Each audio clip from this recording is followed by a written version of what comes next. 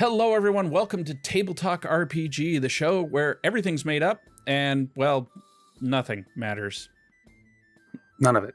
None of it. None of it at all. My name is Rillian, and I am joined tonight by Papa Zaf. And we are two, is it fair to say lifelong DMs at this point? I started out as a player. Okay. Well, I think that lasted like a year. You beat me, but we'll get to that in a bit here. All right, so tonight's main topic is just talking about us. We figured it's the first episode, so it's a great time to introduce the two of us, who we are, and why you might want to stick around and listen. Yeah. Let's start with you. What made Papa Zaf get into TTRPGs? What's your Eden story here? It's a weird one because it's definitely not the one. I've never heard anyone else start tabletop RPGs with this specific game. Okay. Probably because it was garbage. I don't even know how long it was in print. Sure. I'll hit the Google box and figure out quick. But I started with D20 Modern.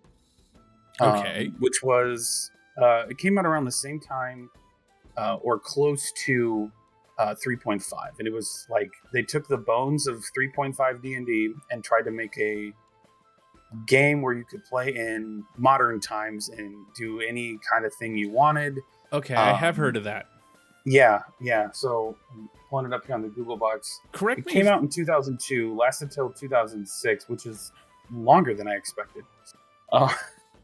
And I mean, anything like if you've played Pathfinder, if you've played 3.5 D&D, you kind of know what to expect, but it was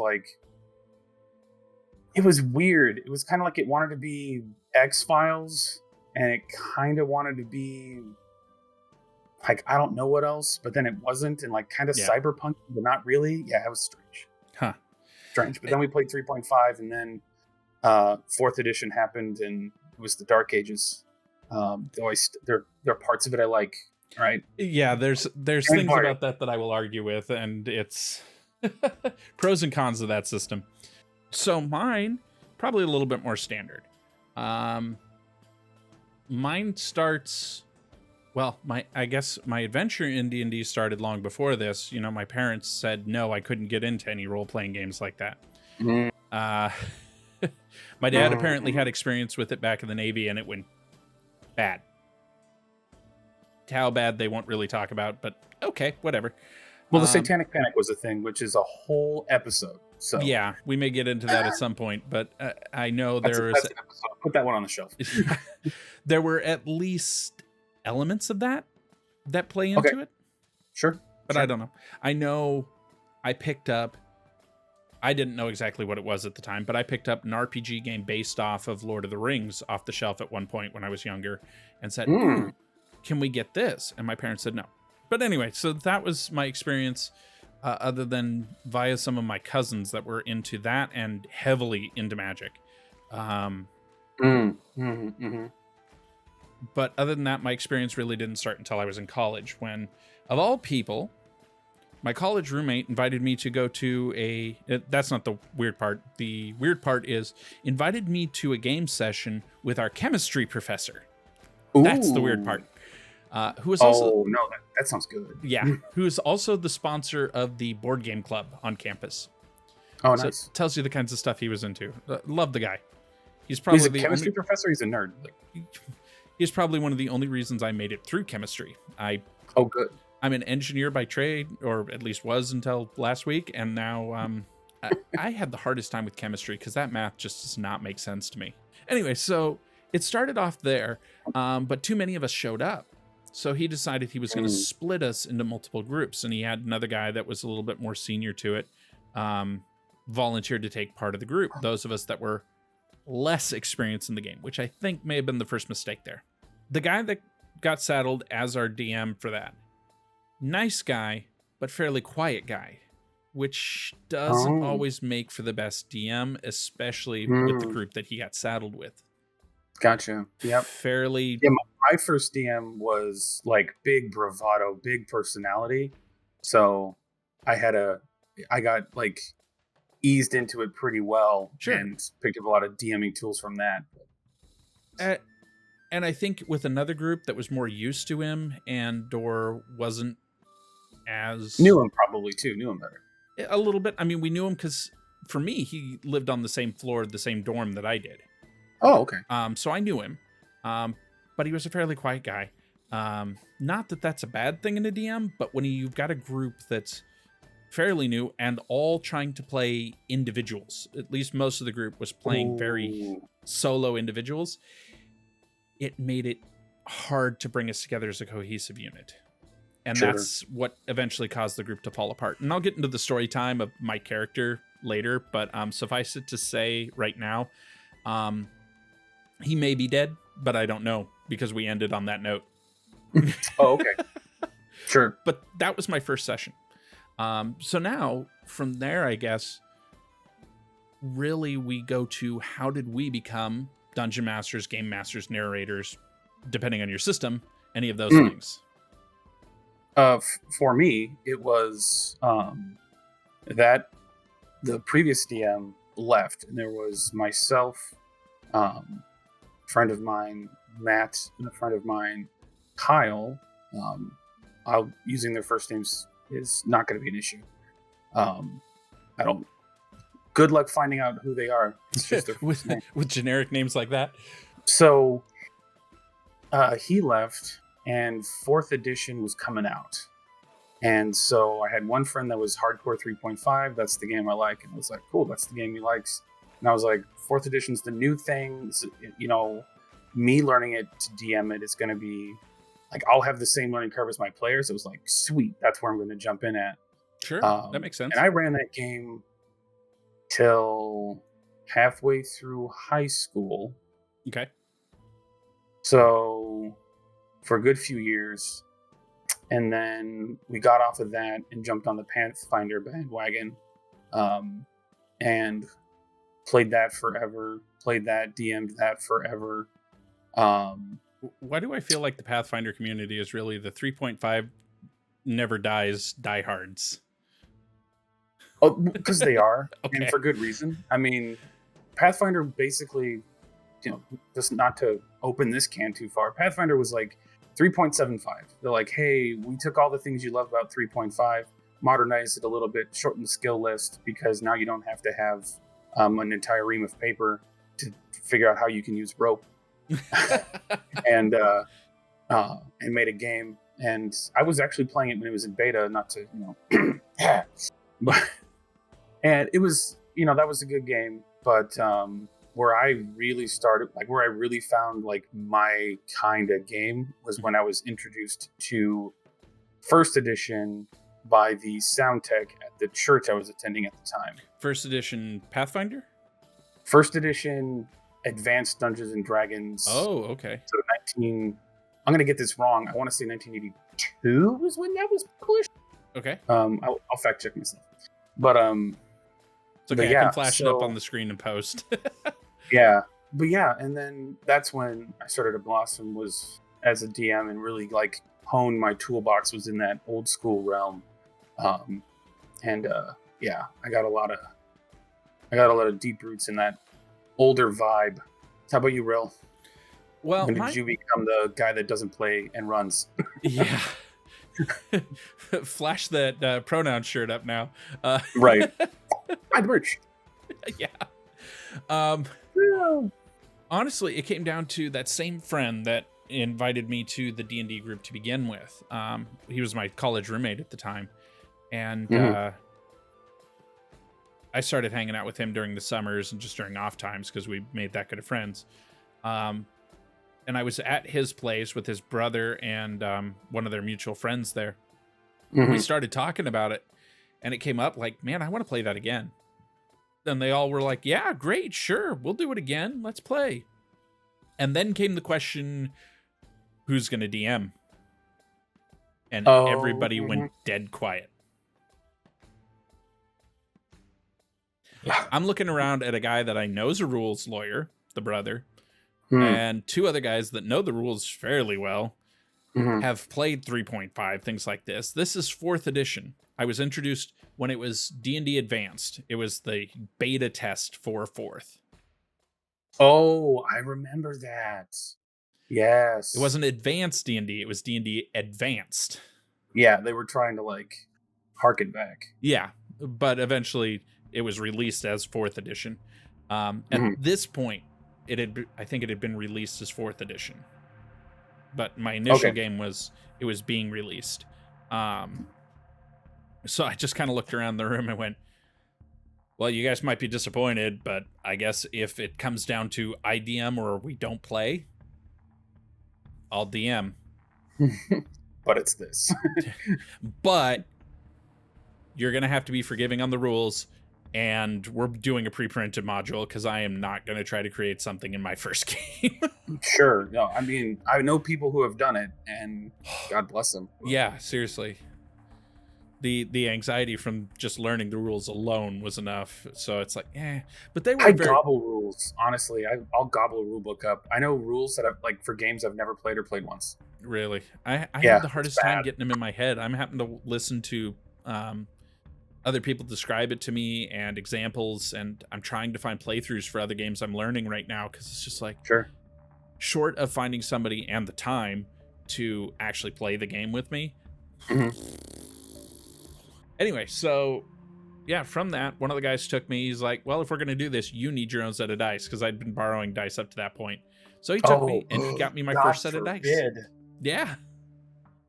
First set of dice. Do you remember what they were? Yes, I actually still have them around here. I think they're Oh, no way. packed up currently, but they are actually the set that I call my player killer dice. Ooh. I call them that because they seem to have an affinity for hating players. Now, if I'm the dungeon master, that means they roll high. If I am, however, at some rare point playing a player, they roll low. Go figure. They hate players. I don't know what it is. They're around here someplace, but they're the red and black mixed with the gold print. Oh, like the swirl? Yeah, they seem to be a Nice. fairly common set. A lot of people seem to have them. Yeah, least that's Chessex never stops making those. So and Yeah. other companies make them too.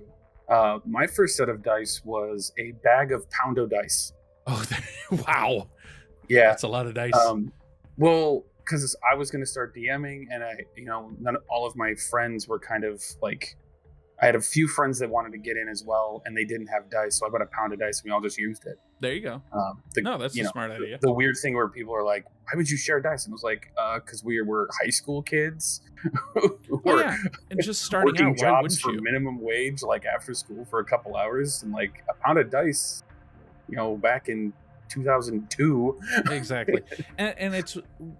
We'll probably do a whole episode on getting started on D&D or Sure. other RPGs. And why wouldn't you share resources like that? It I don't doesn't see make anything wrong sense with not it. to. I've given away sets of dice. Sure. I gave away, it wasn't like a custom set, but it was a very unique set. Because I had a friend who was like, he played once and I let him use like some of my dice. And he was like, yeah, this is a lot of fun. I can't wait to do it again. I was like, great, keep those dice. He was like, what? I was like, I don't like, yeah. He's like, these look expensive. I was like, yeah, I think they're a $25 set, but keep them. Yeah. No, they're not the $400 meteor set that I saw at PAX one year.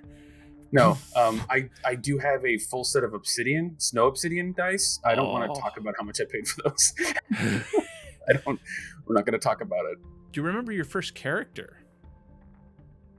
For the D20 modern game, I do. We were all FBI agents, so that's pretty easy. That feels like a punt. Like that's not that. Okay. But for fantasy, because that's my bread and butter is mostly fantasy. I've done some sci-fi, but my bread and butter is fantasy. I think that's most people in the TTRPG space. Most of them seem to tend toward fantasy. Not saying there aren't others. Oh yeah, there's lots of people who play sci-fi. There's lots of people who play all kinds of things. Call of Cthulhu's huge. I ran a one shot of Call of Cthulhu. I'd still even debate that that's partly fantasy. At least it's science fantasy for sure. It's science fantasy, absolutely.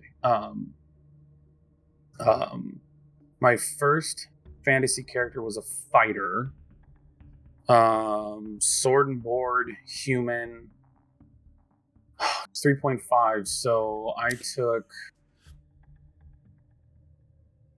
Let's see. I had animal handling and like athletics and stuff like that.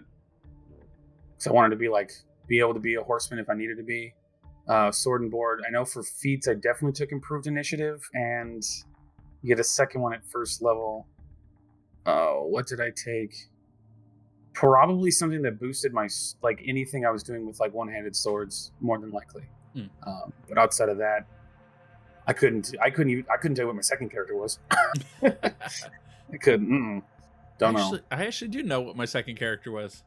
That was a partway through that first campaign that I started DMing. One of the guys offered to actually swap out with me so that I could play some. So nice. I came in as what were they called? I think they were soul shards. I forget. They were shard mines. Shard mines. That's it. I came in as a shard mine cleric. Why do I still know that? You got that shard trap. Mine cleric. Interesting. Yeah. Interesting. Do you remember what deity? I don't at this point. Oh. Okay. Actually, it may have been Bahamut. Okay. It may have been. Okay. I don't remember. Yeah. But I remember Platinum I wanted Dragon to get himself. Yeah. I remember I wanted to get a really unique name. And so I'd looked outside of English just for some interesting translations. And I ended up settling on a Korean name that essentially meant like life stone or life rock or something like that. Okay. Here's where it gets interesting. I was just using the pronunciation. I'd written the Korean at the top just for flavor for myself, but who looks at somebody else's character sheet, right? Right. But I'd written the romanization out so I could actually pronounce it. And it sounded pretty neat, I thought at the time at least. But where it gets interesting was we invited a couple new players to join us at the table. Oh no, one of them speaks Korean. My friend's neighbors, who are both native Koreans. Oh, good. Yeah, good. So I'm sitting there. Yeah. They were super nice about it though, and they're just like, "Oh, that's really cool, and your handwriting is actually fairly good in Korean." And I'm like, "That's good because it sucks in English." All right, but as far as introducing my first character, I think that would be a great time to go into our funny story section after we talk about our sponsor. This broadcast is not sponsored by Head-On Goblin Removal. That's right, we're not sponsored by Head-On Goblin Removal, but if we were, I could tell you about their awesome product that you apply directly to the head of the goblin. Head-On, apply directly to the head of the goblin, problem solved. Head-On comes in Mace and Warhammer variants. And just remember the name, Head-On, apply directly to the head. This broadcast is not sponsored by Head-On because, well, it doesn't exist. But if it did, I'm sure they would sponsor this broadcast. Head-On, get yours today. Or don't, because it doesn't actually exist. Okay, now that we got the bills paid for, or not in the case of that. Yeah. So this is going to be where we've got like funny story times. We'll go through Reddit comments or Discord posts. So if you want your story featured in one in the future, either leave it in the comments down below, put it in the Discord, which you can find in the description, or in some other way, let us know. Right. But I think for introduction episode, it's a great one. I'll actually share what happened to my first character. Go for it. So many memes in my first playthrough of things. So my first character was a shifter ranger named, I think it was Strider. Of course it was. Yeah, pretty original. Yeah. Or no, Striker. Okay, still. Yeah. It was my first time, man. At least I wasn't like a human fighter, right? I wasn't that. Did you have two swords? You named them Flint and Steel? No, I had 2 axes, a hand crossbow, and a battle axe. Oh, wow. Okay. He was all axes, which was hilarious. He'd usually go into a fight shooting the crossbow, throwing one of the hand axes during his first turn while closing the distance, and then pulling out his battle axe as he got there. Wow. Yeah. I'm knowing the mechanics of 4th edition, I'm trying to think how you did all of that in one turn. I don't remember. I know that was the plan, at least, doing that, but so he was I think he was a long stride shift. Or no. I've got them in PDF. Long tooth. There's also one or a feat for the shifter where I could not be knocked down Oh, for sure. I would not go unconscious at 0 hit points if I was still in combat. And that's important to this story. So, good. I remember one of our first fights. We'd been in a couple fights, actually, at this point. But I remember one of the first memorable ones was the DM was definitely giving us hints that it was time to rest. But we're sitting in the middle of what's a fairly large room down in like a sewer system. Sure. With a pile of like rubble between us and the other side of the room. So I just wanted to look over it, make sure there wasn't something going to come over the rubble pile and ambush us. Okay. Part of me is glad I looked. Part of me is glad I didn't, or would wish I didn't, because there were a couple of dire rats there. And we decided not a good idea to sleep right next to a couple of dire rats. I mean, if you're really quiet. So what's happens here? The Warforged fighter picks up the cleric and fastball special.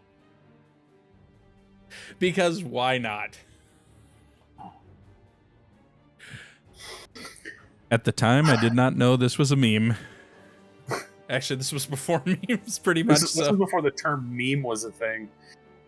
So, we're old. Yeah. Back in my day, you didn't reboot. You got the next boot. Because you didn't learn on the first one. Anyway, so yeah, we ended up having most of the party go down from that. I forgot that I had that trait.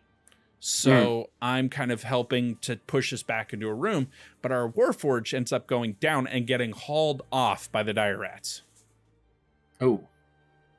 Why? Yeah, that's a great question. Partly, unbeknownst to me and most of the rest of the party, was that player wasn't going to be able to make it to a couple sessions, so it was the DM's way of getting the way. Yeah, sure. I don't know what he would have done otherwise, but that's what he chose to do here. So, fast forward a little bit, we're further along in the sewers. We're like waist deep in sewer water, and we're fighting some kind of spider. We're again fairly beat up. We'd pushed ourselves probably further than we were supposed to go, and knowing that I've got this trait now, I'd remembered it. My character, all out of healing surges, that good old 4th edition mechanic. Pretty much, we were pretty beat up. I'm in the red at this point. We're fighting a dire spider, I think it was. This guy liked to throw dires at low-level characters, so I'm like... Yeah, that's definitely a thing. Yeah. 4th edition, they're no joke. But I'm trying to pursue the spider as it's running away. But the rest of the party is like, no, don't come back. One of them took it a step further. I'm trying to finish it before the fight's over, because I don't want it coming back with friends. And I know that if I stop fighting at this point, I'm down. But my buddy's character ends up coming up behind me and getting me in like a full Nelson lock. Sure. Beats me in a grapple check and gets me into a full lock. Oh, great. Holds me for like a round and a half type thing. So the thing's away at that point, and we just say, yeah, combat's over. And at that point, my character's body goes completely limp because he's unconscious now. The trait no longer has effect. So he goes completely limp, and that's when my buddy fails the check. Of course. So I fall face first into waist-deep sewer water. End of session. End of game. We never played again.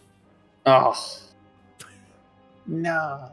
So that character is now perpetually floating in a sewer someplace. In a sewer somewhere. With his party at arm's reach, but I don't say friends there because this was not a party of friends. Clearly not. No. No, when you fastball special your cleric into a bunch of dire rats, you're not friends. You're not friends. Or you're a special kind of friend. I don't know. True. It's true. Anyway, you got one? I do. I'm going to share a recent one because I thought it was ingenious of my players to do it. 2 particular players to do it. And much to my joy, it made a couple other players like frustrated. But yeah, we'll get into why that's still funny. So The group it's a large group. I've got about 7 players. We're playing a game called Old School Essentials, which is very much in line with Moldvay Basic from 1981. Okay, not what I'm familiar with, but yeah. So it's a fantastic game. Class and race are combined. So if you want to be an elf, that's your class. If you want to be a dwarf, that's your class. If you want to be a halfling, that's your class. That's like old school D&D too, right? Oh yeah, that's basic. Okay. Yeah, that's basic. I think White Box did the same thing. White Box / Brown Box, whatever you want to call it, back in 72. So anyway, we've got these 7 players, and then they've got a bunch of hirelings. We've got a mob of about 18 total individuals that romp around through this like sort of micro sandbox that I've got going. Okay. They're coming out of this dungeon. It's one of the last dungeons before they hit the main like plot, and they've got to kind of push the story forward. And they're in the bottom of the dungeon, and they find a chest full of 20,000 silver pieces. It's a lot of silver. It's a lot of silver. And in this version of the game, cash is experience. 1 gold is 1 experience. Yep. And gold value of like jewelry, gems, that kind of stuff, that's all experience. Wow. Okay. But you can only carry up to 1,600 coins in weight. Everything is measured in coin weight.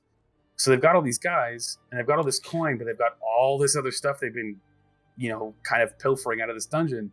They go, all right, we're going to ditch the copper. We're going to take as much as we can. There's other jewelry and stuff they've picked up, and there was a couple of magic items and some magic armor. And they're like, all right, we're going to take this silver. We're going to bury it outside. We're going to like go off into up the mountain a little bit, bury it somewhere, and come back for it. Cool. Sure. Totally fine with that. That's legit. They get back to town unaccosted. And 2 of the guys slip me a note while everyone's in town, like trying to sell their stuff and whatever. I take a look at this note, and it says, "We buy a covered wagon, 4 draft horses, and we go steal the silver." And I fold the note, and I hand it back to him, and I go, "Okay." They do it. They fight off the 2 of them with the driver and 1 henchman fight off a 8-man war party of hobgoblins somehow. These guys are like 4th level. They roll like madmen. They get it back, and the rest of the party is peeved. One particular player is peeved beyond reason. They're like, "You're just gonna let them do this?" And I was like, they're literally both chaotic. And they told you guys that they wanted to ditch a bunch of the stuff that's not worth anything and bring the money because that's cash. Yeah. And you want to do it, so this is what they wanted to do. And the players look at the other guys and go, "We're going to share the money with you, just not the experience." And it was like an hour-long, like, in-game like argument that their characters had, and finally they decided to split the experience, and like everything was kosher. And then I was like, I'm still giving both of their characters 700 experience each for coming up with this crazy plan and surviving. Sure. Yeah. And that still made some people upset, but I was like, look, I'm DM, my word is law. Yeah. Yeah, it was glorious. Oh geez, glorious. Yeah, speaking of the characters that roll or the players that roll like crazy, I had a group that was doing that through one campaign at the beginning, and they were just continuously rolling high and wiping out party after party. They were having such an easy time. So like, okay, I need to throw a little bit of a challenge at them. Right. So one of the following encounters, I'd been dialing some of the encounters down from this pre-written because it just seemed way too much. Oh yeah. So I dialed it down just a hair for some of them, take an enemy out or two. This one I decided, nope, we're going full strength. We'll just let it roll. I know they're a little beat up, but the way they've been rolling, they'll be fine. First part of that encounter, they're dropping guys left and right. I'm like, okay, this is going well. Right. And then suddenly I stopped rolling like crap and they started rolling like crap. It's total party kill. Turn. Yep. Tables turn.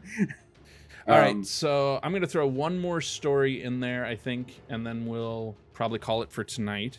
Okay, so from my Discord, Sure. Calican said, this happened in the game I play on Saturday. This was a while ago, but Sure. Nord finds himself facing a twisted version of himself. Nord, preferring diplomacy, decided to talk his darker self into chatting. This prompted the DM to tell me that I was actually a dead god's descendant and an heir to a dead kingdom. And he's spent his whole life and the game thinking he was just a human compared to the other godkin in this group. And because I didn't fight my sins, instead accepting his darkness, I had to take on 4 past bosses solo. But the DM faded to black just at that moment. What a twist! Whoa. Yeah. Whoa. I mean, I've played a character before that had to fight their past, but whoa. Yeah. That reminds me of one of my favorite characters, and actually it's the inspiration for part of the name I go by in the internet, because he was a really beloved character of mine, and something similar happened. He was a cleric. He defied his god against her wishes, and so the DM stripped my powers, made me walk around blind. Literally, my character was blind for 4 sessions before changing my class and my alignment and making me something completely different. Oh, wow. And it was in Pathfinder, so I went from cleric to oracle. I don't know how much you know about Pathfinder, but for those that do, that's a leap. They're both divine casters, but they're very different. Okay. Yeah. So, when you've got DMs that come up with super cool stuff like that, oh yeah, I'm always jealous, because I don't know, I never get deep into an individual's character's like backstory and personal story and stuff like that. But I think that's just the style of games. Yeah, I mean, I try to. With the number of games I'm running right now, it's difficult. But that's like how the trinkets thing started for me. Right. And some of the stuff you come up with that is ridiculous. Like, some of it takes me forever. Some of it's like, oh, I know exactly what I'm doing with that one. Others, I'm like, sure, I don't know. It's a freaking pocket watch. Yeah. Or sometimes they give too much description in the book, and I'm like, okay, there's your special thing right there. What am I supposed to do with it now? Right. Anyway. Right. Versus a Jenga block. Right. Exactly. All right. Well, I think that's going to be it for us tonight. Thank you, everybody, for joining us. I hope you enjoy it. You should be seeing another episode in about a week's time.